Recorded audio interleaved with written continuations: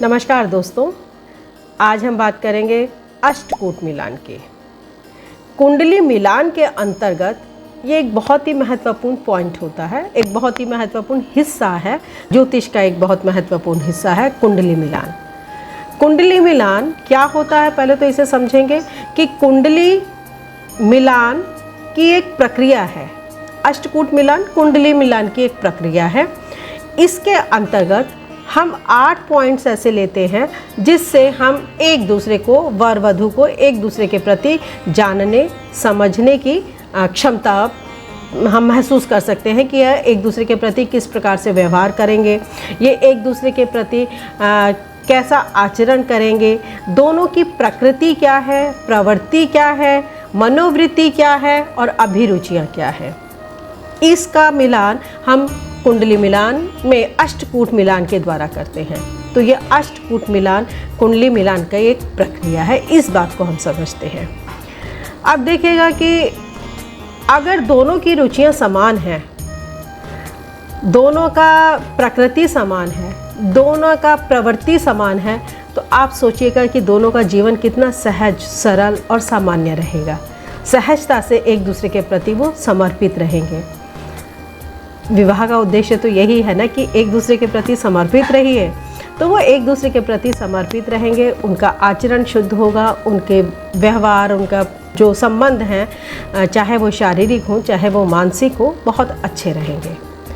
कुंडली मिलान हम यहाँ पे केवल वर वधू के बारे में नहीं बात कर रहे हैं। कुंडली मिलान ऐसे भी मिलाया जा सकता है कि दो व्यक्ति हैं और दोनों व्यक्ति मिलकर किसी एक कार्य को अंजाम देना चाहते हैं, एक कार्य को करना चाहते हैं, एक कार्य को आगे बढ़ाना चाहते हैं, तो वो दोनों भी आपस में अपनी कुंडली मिलान कर सकते हैं। और उसी मिलान विधि के साथ, अष्टकूट मिलान विधि के साथ यह जाना जा सकता है कि इन दोनों व्यक्तियों की भी प्रवृत्ति क्या है, मनोवृत्ति क्या है, किस क्षेत्र में कोई इंसान कितना अच्छा कार्य कर सकता है, उन दोनों में से ही कौन कितना अच्छा किस क्षेत्र में कार्य कर सकता है। तो यहाँ पर हम कार्यों का बंटवारा करके भी हम वो कुंडली मिलान उनको दे सकते हैं।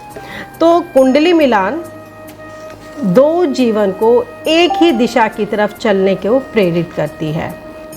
अगर दोनों की रुचियां एक दूसरे से विपरीत हो गई या दोनों की रुचियों में विरोधाभास पैदा हो गया, तो आप सोचिए क्या ये जीवन में उनके वैसी सहजता रहेगी कि जो एक होने पर रही थी?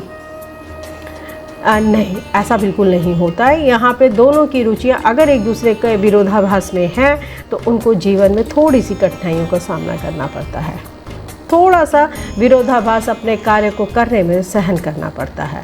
तो इस विरोधाभास से बचने के लिए हमें हमेशा कुंडली मिलान, हमारे शास्त्रों की एक विधि है, ये हमारी और आपकी नहीं, हमारी शास्त्रीय विधि है जो कि आपको जीवन को सही तरीके से जीने के लिए प्रेरित करती है। कई बार ज्योतिष की बहुत आलोचना भी होती है, ऐसा भी हमने देखा है, महसूस भी करा है, लोग हमसे कहते भी हैं, शिकायत भी करते हैं, लेकिन फिर भी ज्योतिष नहीं मानते हैं, लेकिन कुंडली मिलान ज़रूर करवाते हैं। तो हम लोग भी हंसकर कहते हैं जब आप ज्योतिष को इतना महत्व नहीं देते हैं तो इस कुंडली मिलान को इतना महत्व क्यों देते हैं? उन लोगों का उत्तर बड़ा ही रोचक होता है, बहुत ही अच्छा है, इसीलिए मैं आपके साथ शेयर कर रही हूँ। वो कहते हैं देखिए मैडम, ऐसा होता है कि हमने बच्चों की पढ़ाई देख ली, लिखाई देख ली, कैरियर देख लिया, घर परिवार देख लिया, स्टेटस देख लिया, जो भी हमारे सामाजिक दायित्व हैं वहाँ उसी लेवल पे जो हम विवाह के समय जो देखते हैं वो सब चीज़ें वो उन्होंने जज कर ली हैं। बट ये नहीं पता कि दोनों की प्रकृति क्या है, कौन सा किस प्रकृति के साथ चल रहा है, कौन सा प्राकृतिक गुण, किसके अंदर तमस ज़्यादा है, किसके अंदर रजस ज़्यादा है, कौन सतव के अंदर कार्य करने का चाहेगा और कौन तमस के अंदर रहेगा। तो जब ये सतव, तमस, रजस की चीज़ें आती हैं, ये उनको, एक आम जन को ये नहीं समझ में आता है। और यही प्रकृति है आप सबकी, हम सबकी यही प्रकृति है कि हम रजस में जीते हैं कि सतव में जीते हैं कि तमस में जीते हैं। अगर सतव वाला तमस के साथ चला जाता है तो उसको अपने कार्यों को करने में बहुत अवरोध महसूस होता है। रजस वाला अगर सतव के साथ चला जाता है तो वो एक प्रवाह की तरह आगे बढ़ता चला जाता है, दोनों अपना जीवन आगे बढ़ाते हैं। तो इस चीज़ को समझने के लिए इंटरेस्टिंग थिंग इज़ दैट कि लोग इस चीज़ को समझने के लिए हमसे कुंडली मिलान कराते हैं। ये बहुत अच्छा लगता है, मुझे तो बहुत ही अच्छा लगता है कि आप इस चीज़ को जानना चाहते हैं, समझना चाहते हैं। ज्योतिष को नहीं मानते कोई बात नहीं, ज्योतिष को कोई फ़र्क नहीं पड़ेगा इससे, लेकिन इस छोटी सी एक प्रक्रिया से आपका जीवन कितना आगे बढ़ सकता है या आपके जीवन में कितने अवरोध पैदा हो सकते हैं, ये बात हम अष्टकूट मिलान से समझ सकते हैं। तो अष्टकूट मिलान को हम प्रारंभ कर रहे हैं। ये मैंने केवल आपको एक परिचय दिया था कि अष्टकूट मिलान होता क्या है और ये हम इसमें क्या करते हैं। इस मिलान के अंतर्गत हम वर्ण मिलान करते हैं राशियों के माध्यम से। अष्टकूट मिलान में मैं आपको बताती हूँ कि ये दो तरीके से होता है, एक ग्रह मिलान के माध्यम से होता है और एक नक्षत्र के माध्यम से होता है। नक्षत्र माध्यम से भी मिलान करते हैं और ग्रह मिलान से अष्टकूट मिलान करते हैं। लेकिन उत्तरोत्तर समय से जैसे जैसे आगे बढ़ता जा रहा है, इसके अंदर हम लोग आज के जितने भी हम लोग कार्य करने वाले लोग हैं, ये अब महादशा काल का भी मिलान करते हैं कि एक व्यक्ति की कौन सी महादशा चल रही है और दूसरे व्यक्ति की क्या महादशा चल रही है। तो वो दशाएं क्या एक दूसरे के प्रति अनुकूल हैं, क्या वो एक दशाएं एक दूसरे के प्रति सहयोगात्मक हैं, क्या वो एक दूसरे के लिए विरोध तो नहीं उत्पन्न करनी।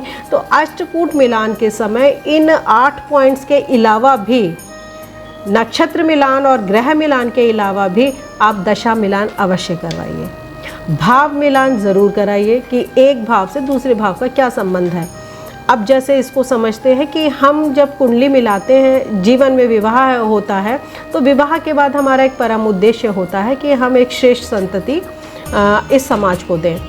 तो वो श्रेष्ठ संतति कहाँ से आएगी, किस भाव से आएगी? उस भाव पर, चाहे वो वर है चाहे वो वधू है, उस भाव पर किसी का कोई नकारात्मक प्रभाव तो नहीं आ रहा, किसी ग्रह का नकारात्मक प्रभाव तो नहीं आ रहा। ये देखना भी उतना ही अनिवार्य है जितना अष्टकोण के अंदर गुणों को, क्योंकि गुणों के प्रति लोगों की बड़ी जिज्ञासा होती है। कम से कम गुण तो बता दीजिएगा कितने मिल गए। 17 मिल गए, 18 मिल गए, अरे 18 17 कम है, 18 ठीक है, और 27 28 मिल गए तो ये तो बहुत ही अच्छे गुण मिल गए, लोग ऐसा कहते हैं। तो गुणों के प्रति जितना आप सचेत हैं उतना ही आप दशा महादशा भाव के प्रति भी सचेत होइए।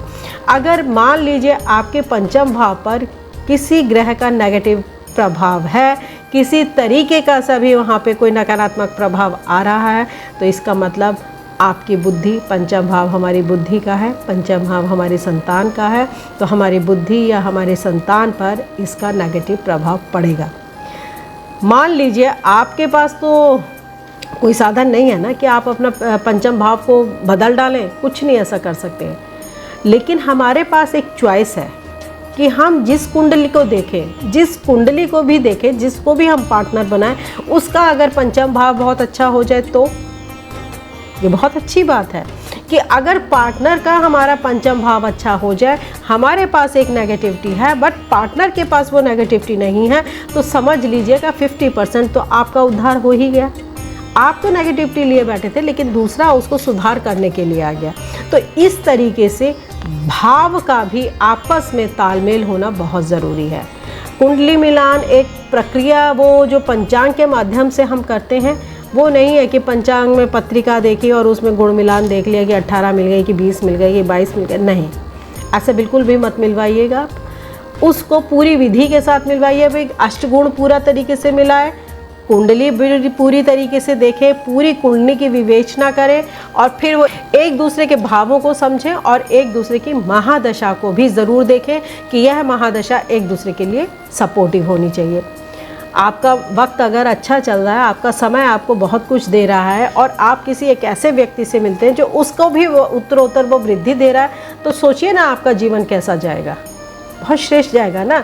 आप बिना किसी कठोर परिश्रम के आप निरंतर आगे बढ़ते चले जाएंगे, तो ये एक बहुत ही सुखद स्थिति है। तो कुंडली मिलान में अष्टकूट मिलान के अंतर्गत हमें इन सब चीज़ों का पूरा ध्यान रखना चाहिए और आगे की चर्चाओं में हम कुंडली मिलान कैसे करते हैं, वो 9-8 पॉइंट्स कौन से हैं, हम उस पर लगातार बात करेंगे। आज बस इतना ही। नमस्कार।